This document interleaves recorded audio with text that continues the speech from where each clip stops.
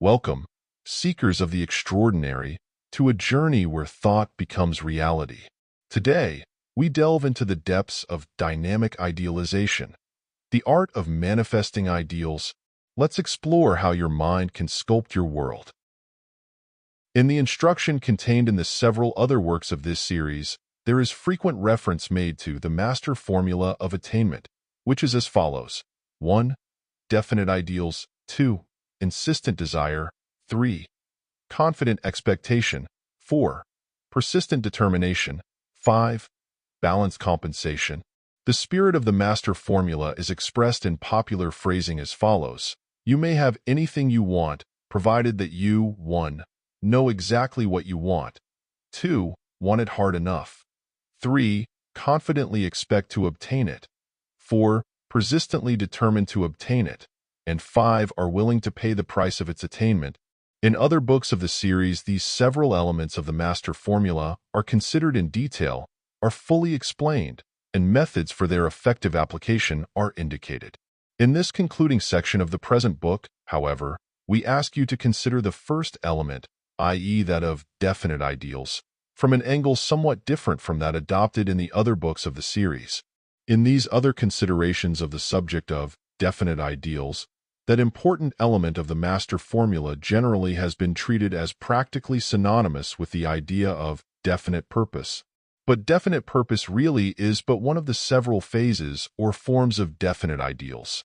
The particular phase or form which is involved in the manifestation of will power, to some extent, in that of desire power, and in that of logical power. In faith power, however, there is manifest a somewhat higher form of definite ideals. Likewise, in some of the higher mental and spiritual activities, there is found present and active a transcendental phase or form of definite ideals. Thus, you see, the term definite ideals represents a general concept or idea which has several lesser elements. It includes the concept of definite purpose and also several other important secondary concepts. In our present consideration of the subject, we shall confine our attention to that aspect of definite ideals which may be called creative ideals. The term is appropriate, for the essential nature and characteristic activities of such ideals are primarily creative. Creative ideals call into operation the strongest and most intense activities of desire power, the most earnest and inspiring faith power, the most persistent and determined will power, the most capable and efficient subconscious power. In fact, it acts upon and through the most potent energies of all of the mental, emotional, and volitional elements of the mind, soul, or spirit of man. More than that, it reaches out into the great world beyond the personal limits of the individual, and operating through some of nature's subtle but potent forces, it sets into motion and activity many things, persons, events, causes, and processes over which, in the ordinary view, the individual apparently has no direct control. Perhaps it will be as well to begin by arriving at a clear and definite understanding of the term ideal as employed in this instruction. It has well been said that there is a mighty magic in words, rightly understood. The old Chaldean oracle announced this ancient thought in these lines: there are names in every nation, God-given, of unexplained power in the mysteries. First of all, we find that our term has its origin in the term idea, which evolved from an old Greek word meaning to see. Idea is defined as 1. A mental image of any visible object, object of sense, or spiritual object. 2. A general notion, or a conception formed by generalization. Hence, 3. Any object apprehended, conceived, or thought of by the mind. Also, 4. A belief, opinion, doctrine, or principle. And 5. A plan or purpose of action. Underlying all of these meanings is found the essential notion of existing in the mind. An idea is always mental, never material. The term ideal as an adjective means 1. Existing in idea or thought. 2. Existing in imagination only. And 3. Reaching an imaginary standard of excellence, efficiency, beauty, utility, etc. As a noun, the term is defined as a mental conception regarded as a standard of perfection. a model of excellence, beauty, efficiency, utility, etc. Here we have the blending of the two essential attributes, viz. 1. Existing in thought or imagination, and 2. A standard of excellence. Excellence is synonymous with superiority, worth, goodness, greatness. So, in the end, we have a concept of an ideal defined as a mental image of something of superior worth, goodness, and value, serving as a standard of excellence, beauty, efficiency, utility, etc. As we always desire, hope for, and strive to attain things of superior worth, goodness, and value, the degree of worth, goodness, and value being determined by the comparative resemblance of such things to the accepted standard of excellence, beauty, efficiency, utility, etc. It follows that desire, faith, and will are always, consciously or unconsciously, striving to reach, achieve, or attain an ideal. To the end of such achievement or attainment, the forces of creative power, desire power, faith power, and will power are set into activity. In many cases, the ideal manifests in the form of purpose or plan of action, one of the above definitions of idea, you will remember.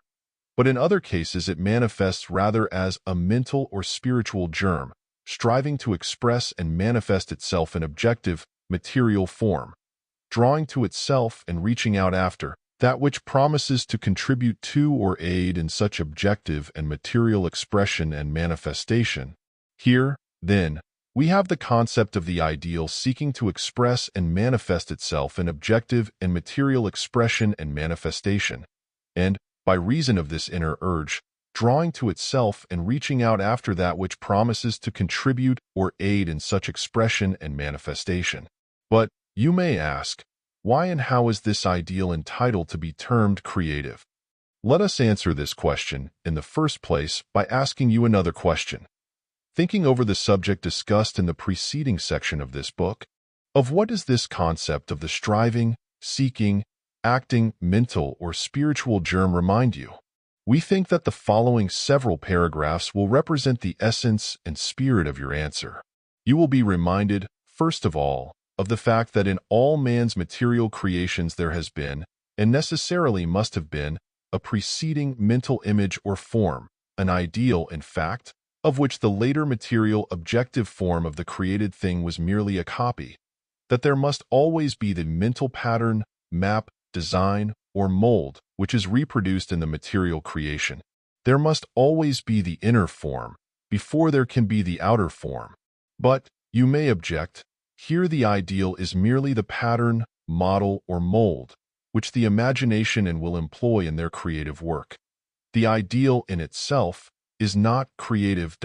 This is true, at least to a certain extent. We need not here argue the fine distinctions, however, for we have a clear case presented in nature's activities, to the consideration of which we shall now proceed. Letting your mind dwell upon the subject considered in the preceding section of this book, you will remember that in all material creations of form, in all purposive groupings, arrangements, conformations, configurations, there is found to be present an inner ideal form, composed of the aggregate of mental forms, striving to express itself in action and objective manifestation. You will remember that we found this inner ideal form operative in the cases of the grouping of the atoms and of the smaller particles composing the atoms, in all chemical processes, in the processes of crystallization, in the life processes and the growth of plants, in the sprouting of seeds, of the development and evolution of the germ in the egg. You will remember the interesting description of the development of the newt's egg given by Huxley. You will remember the instances of great power exerted by growing roots, plants, and sprouting seeds. You will remember what was said concerning the evolution of needed physical instruments manifested by the lower animals, the explanation of the long legs of the wading birds, the claws and beaks of the birds of prey, the long neck and legs of the giraffe.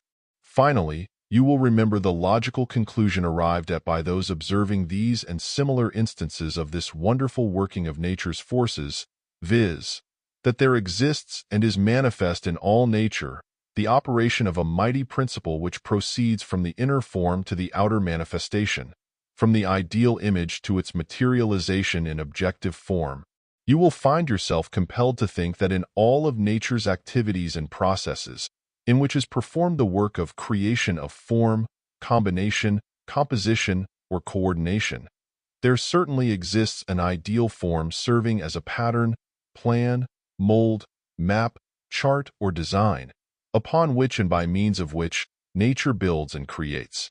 More than this, when you carefully reason concerning this matter, you will find yourself becoming impressed by the idea and conviction that the essence and spirit of such manifestations and expressions abide in the germ ideal form itself, and that instead of being a mere inert pattern, model, or mold, the ideal form is a living, acting, creative force, drawing to itself the materials needed for its outward, objective expression and manifestation, such expression and manifestation being the essential desire, need, and energizing principle of its being.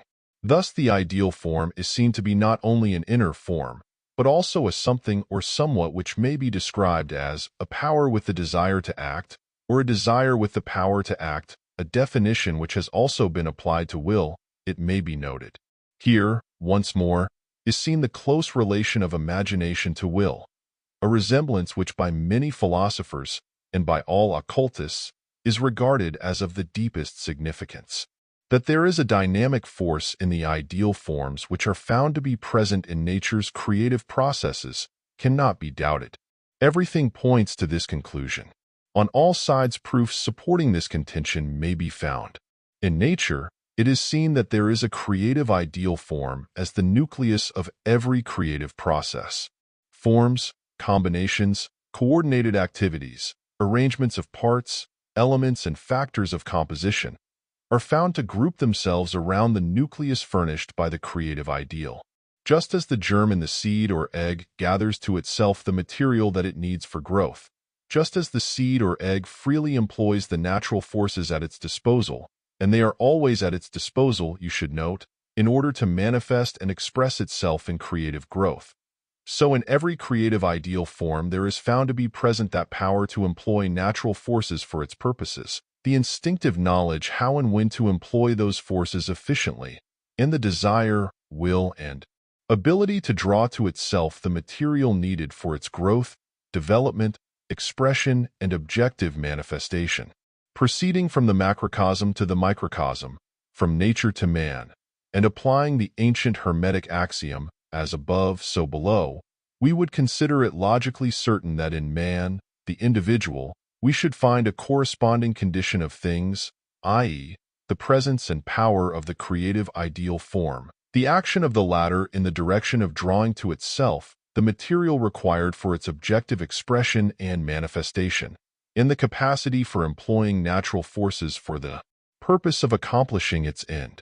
We should expect to find that, in man as in nature, the creative ideal form not only seeks to express and manifest itself in objective form and action, but also actually does so express and manifest itself, and also is able to press into its service the subtle forces of nature, provided always that the creative ideal form be 1. Sufficiently strong and active, and 2. Sufficiently clear and definite. The spirit of the requirements being that of concentrated power, discover that we have not been deceived nor conducting the above-mentioned inquiry we mocked. We find that the axiom, as above so below, holds good in this as in many another case. We find that the men and women who have accomplished great things have always possessed these dynamic creative ideals, and that those who have so possessed them have found operating within themselves a mighty power of nature, and have been conscious of the effects of these activities manifesting in the world outside of themselves.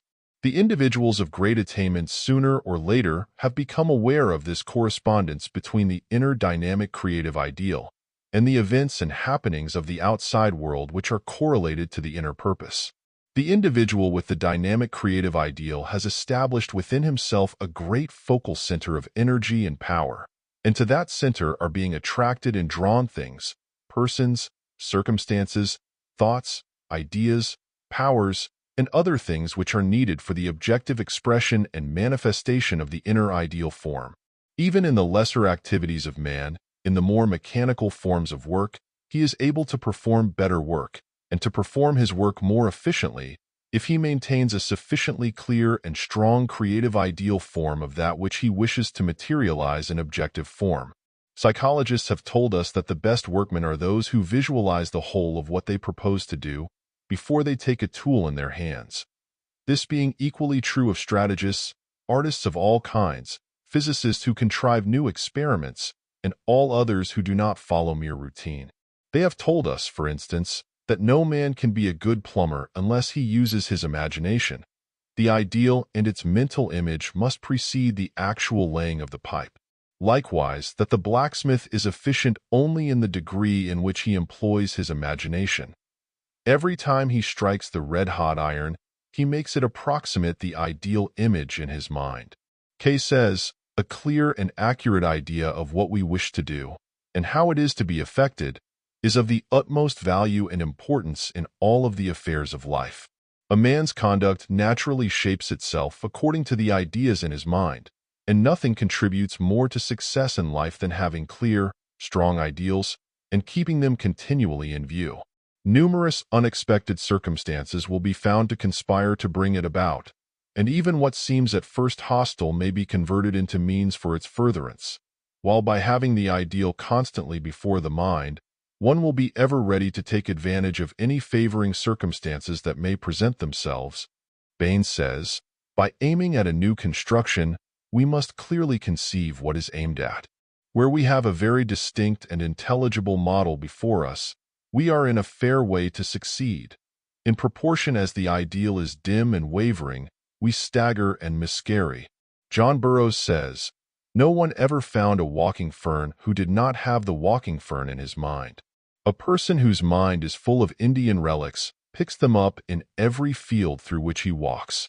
They are found and quickly recognized, because the eye has been commissioned to find them. In the great field of activities comprising the realm of desire, we find that the energizing force of desire is called forth in proportion to the degree of clearness, definiteness, and distinctness of the ideal presented to it. Desire always is called into action by the presence and power of ideas and ideals. Desire is always the want of this thing, or the want to do that thing. It cannot want or want to unless an idea or ideal is present in sufficient force and definiteness to call forth its activities. In fact, a strong ideal often arouses and attracts to itself such a degree and amount of desire that the ideal itself seems to be but a focal point of desire, or the desire seems to be the very soul of the ideal. In desire power, the dominant want or want to is the definite purpose. The idea of the achievement or attainment of the end of the want or want to is the definite ideal. Likewise, in the activities of faith power, there is always found present a definite ideal. Faith must always have its object. The more definite and certain its object, the greater and more stable is the faith. Faith is one of the great elemental spiritual powers. In its form of confident expectation and expectant attention, it powerfully moves the will. But faith power is but latent and static unless it be aroused into dynamic power by the presentation to it of an appropriate idea or ideal. Finally, the activities of willpower are called forth only in response to the idea or ideal which has, in the first place, aroused the desire which rises into will, and which, in the second place, has served as a standard of measurement of will values, and which, in the third place, now serves as a beacon, standard, or mark placed far ahead on the path of attainment, serving to point out the way to be traveled and the direction to be followed. It is an axiom of psychology that the will goes out in action only toward an idea or ideal presented to it. It might be added that the will is held to its path only by the perception of the idea or ideal which marks its course and indicates its direction. Certain philosophers and psychologists have noted that it is almost impossible to distinguish between concentrated will and a highly developed, definite, concentrated idea or ideal.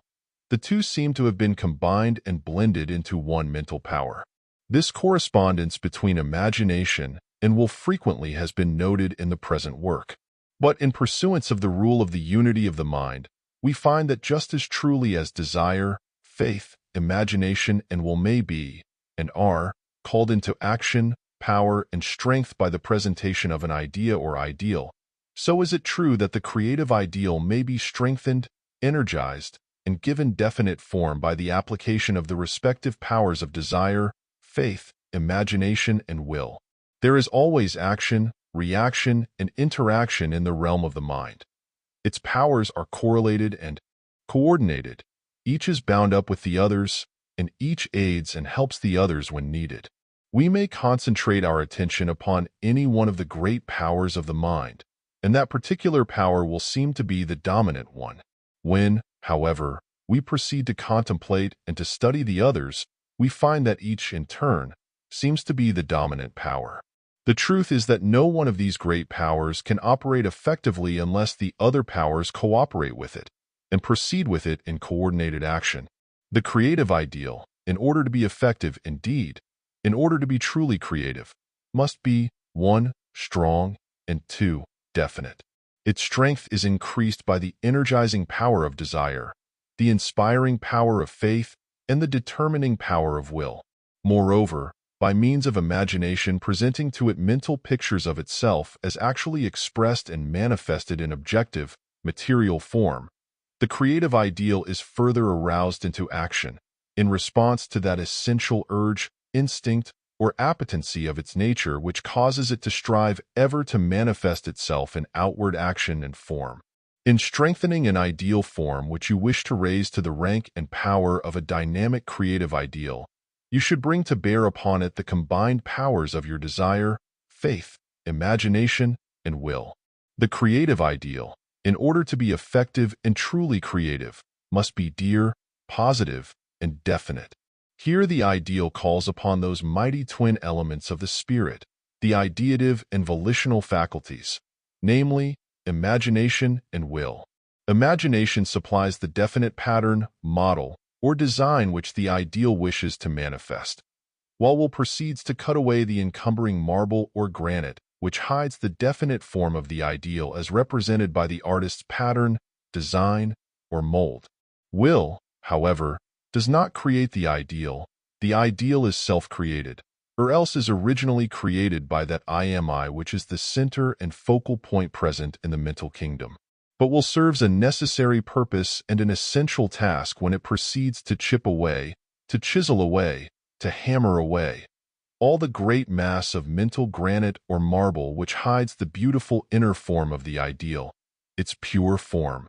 The ideal form is actually existent, never forget that. But before it may be perceived and employed as a model, standard, and guide, it must be released from that which encumbers its pure form and hides it from view. In the Master Formula of Attainment, the first element is that of definite ideals, not merely ideals, but particularly definite ideals. In all of the principal books of this series, this element of definite ideals is dwelt upon at considerable length, in one form or another. In the preceding sections of the present book, you will find it presented under the form of definite purpose. The factor of definiteness is emphasized in all such presentations, for upon such definiteness depends much of the power of the ideal standard or purpose. It must stand out in attention, perception, and thought. It must represent the just what of the want, ambition, faith, effort, or thought.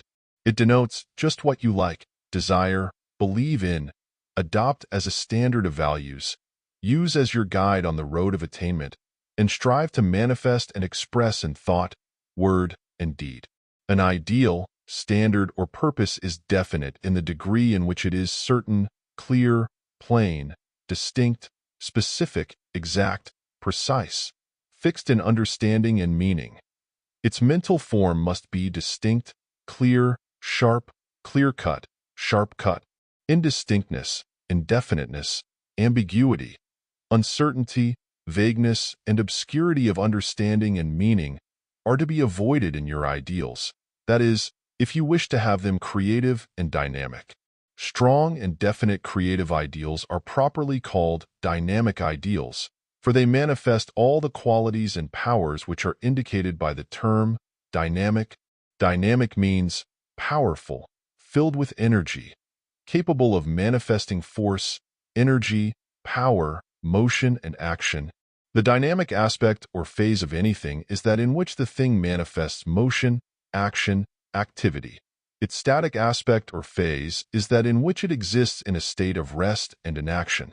Your dynamic ideals are those ideals existing in your mind which are 1. Sufficiently powerful to move into action and to manifest their inherent force and energy, and 2. Sufficiently definite to concentrate those forces and energies into a one-pointed focus of ideas and will. Only a dynamic ideal can be a creative ideal, and all dynamic ideals are, and must be, creative ideals by reason of their very nature. The dynamic ideal must create, for creative activity is its essential nature. Creation, as you know, consists of compounding, composing, building, putting together, making, manufacturing new forms from the materials at hand. The dynamic ideal tends to express and manifest itself in creating a new environment for its possessor, in building a new set of conditions for him. Such environment and conditions, however, being in harmony and agreement with the spirit of the ideal. In short, the dynamic ideal tends toward making the ideal become real, in building up a material world of experience corresponding to its inner mental world of experience. It experiments in order to build up the experience. It tears down, rebuilds, builds anew, just as the mind of the inventor, the artist, the writer, proceeds in creating its particular form of expression. The dynamic creative ideal, in fact, is composed of two associated elements, namely, A, the element of definite and concentrated idea, and B, the element of definite and concentrated will. The idea plans, invents, and points out the direction of the action. The will executes the action according to the plan thus furnished it. This brings us back once more to the teachings of the ancient occultists, who held that, at the last, there are but two fundamental mental or spiritual forces, and these really are but twin aspects of spirit. These two fundamental forces or aspects are 1. Imagination, which was held to involve all thinking, reasoning, and mental imaging of any sort, and 2. Will, which was held to involve all feelings and desires, all voluntary action, all determination, judgment, decision, and volition. All other mental faculties or powers were held to be but A. Phases or derivative forms of imagination or will, or B. Combinations and compositions of imagination and will, in which the elements of each are blended. In that book of this series entitled Personal Power, we have shown you that the twin giants of personal power are ideation volition, or, in other words, idea will. The more you ponder over this teaching, the stronger will grow your conviction of the underlying identity of ideation and volition, that imagination and will are twin giants, inseparable, always operating in conjunction with each other.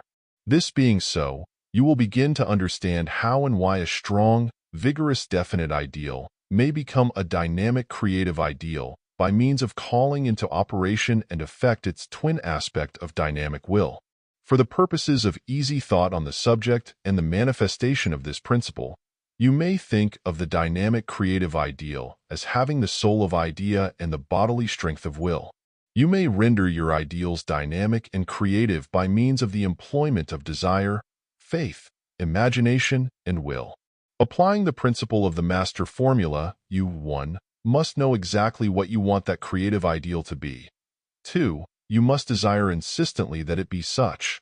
3. You must confidently expect that it will be such.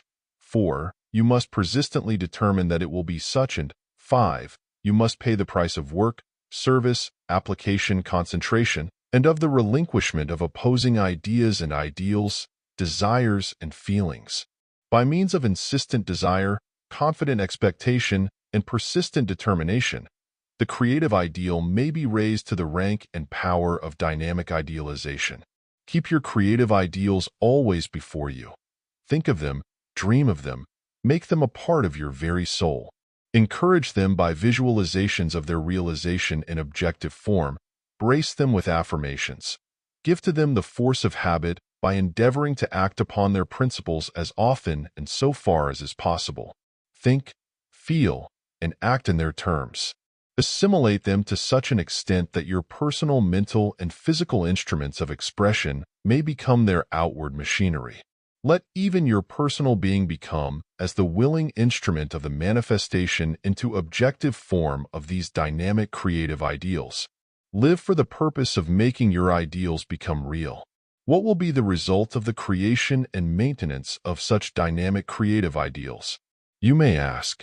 Here is the answer of those wise and illumined members of the race who established the esoteric schools of ancient philosophy, and of the equally wise and illumined members of the race of today, who are striving to sow the seeds of the inner teachings in the minds of those who are prepared to receive them, nourish them, and allow them to develop, grow, and bear blossom and fruit. Here is the answer of such great souls. You are the creator of your own world of experience. Consciously or unconsciously, you are molding your world of experience and determining your own destiny. In ignorance or in wisdom, for good or for evil, you are creating, building, constructing the scenery of that world in which you live and move and have your being. For weal or for woe, you are thus building. For better or for worse, you are thus constructing. Your personal world of experience is largely what you, yourself, have made it. Your ideals ever tend to become real. You are always realizing your ideals. What you have been doing unconsciously, you may now proceed to do consciously. By creating and controlling your ideals, you create and control your world of experience. You may become an active master of creation instead of a passive slave. The strong, definite, dynamic creative ideal will call forth the full powers of your body, of your mind, and of your spirit. Reason, imagination, invention will perform their best work under its influence. Desire will energize more intensely, and will determine more persistently under its influence. The wonderful storehouse of the subconscious will open wide its doors when the creative ideal gives the right knock. The still higher realm of the superconscious will superimpose its wisdom and knowledge upon the conscious mind. When this be demanded by the dynamic ideal, all things will work together for good for him in whom the dynamic creative ideal is manifesting its power.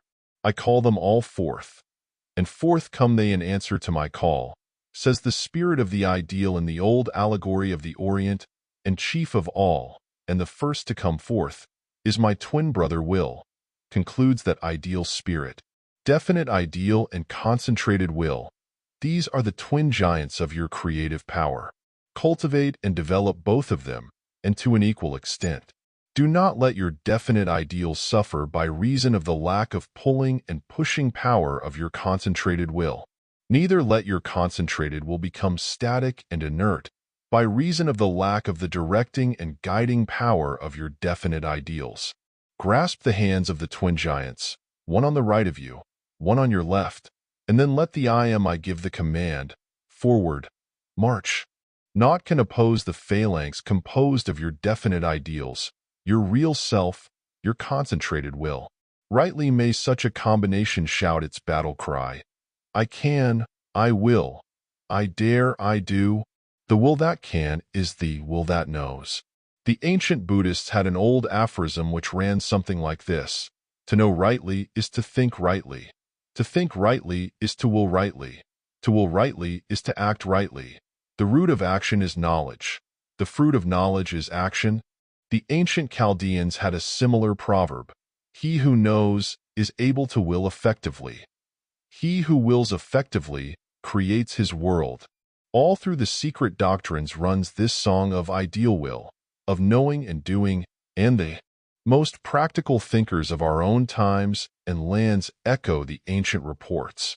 Perhaps the highest phases of philosophical and metaphysical thought are those which hold that the only adequate explanation of the universe is to be had in that hypothesis which postulates the existence of an eternal, infinite spiritual principle, the essence of which is life, will, and ideative consciousness, the essential powers of which are animation, ideation, and volition, respectively. In this view, universal creation, creative evolution, is accomplished by means of the power of the living will, taking the forms and configurations patterned by the living idealizing power. Daring thinkers have likened the universe to a cosmic dramatization of the ideas and ideals evolved by the infinite consciousness of spirit, the machinery of creation being operated by the infinite will of spirit. Be this as it may, every careful and honest thinker has been compelled, at least at times, to admit that there is no escape from the conviction that the universe shows the progressive working out and manifestation of a cosmic purpose, intention, end, aim. In short, that the universe is the materialization of a pre-existing cosmic idea or ideal. The processes of cause and effect show the presence and operation of something like pure deductive logic in the activities of the universe. Many poets, writers, and dramatists have pointed out that in the processes of the universe there is manifested the presence and action of something that might be called the author, a something or somewhat that develops a cosmic plot of creation, and then logically, consistently, and artistically proceeds to perform the work of material evolutionary creation upon the lines of that ideal plot. They point out that the characters, circumstances, actions, and events of the universe always hang together, always manifesting that unity, coherence, and balance which distinguish the literary compositions of the best writers. This lofty conception may be but the fanciful expression of the perception by competent observers of that something at work in the universe which bears a close resemblance to the something at work in their own minds. Or again, it may be the result of a deep intuition of truth. Whatever it may be at the last, it certainly expresses a conviction that has come to many deep thinkers in all ages and all lands, many of whom had never heard the like expression of others of their kind.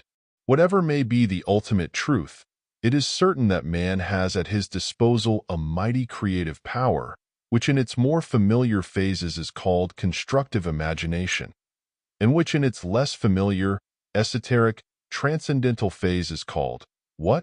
Man, in his own realm, is a creator, and the limits of his realm are determined by himself, by his imagination, by his will. End of chapter. And there you have it, the blueprint to manifest your deepest desires into existence. Remember, the power lies within you. Your ideals are not just dreams, but the seeds of your future.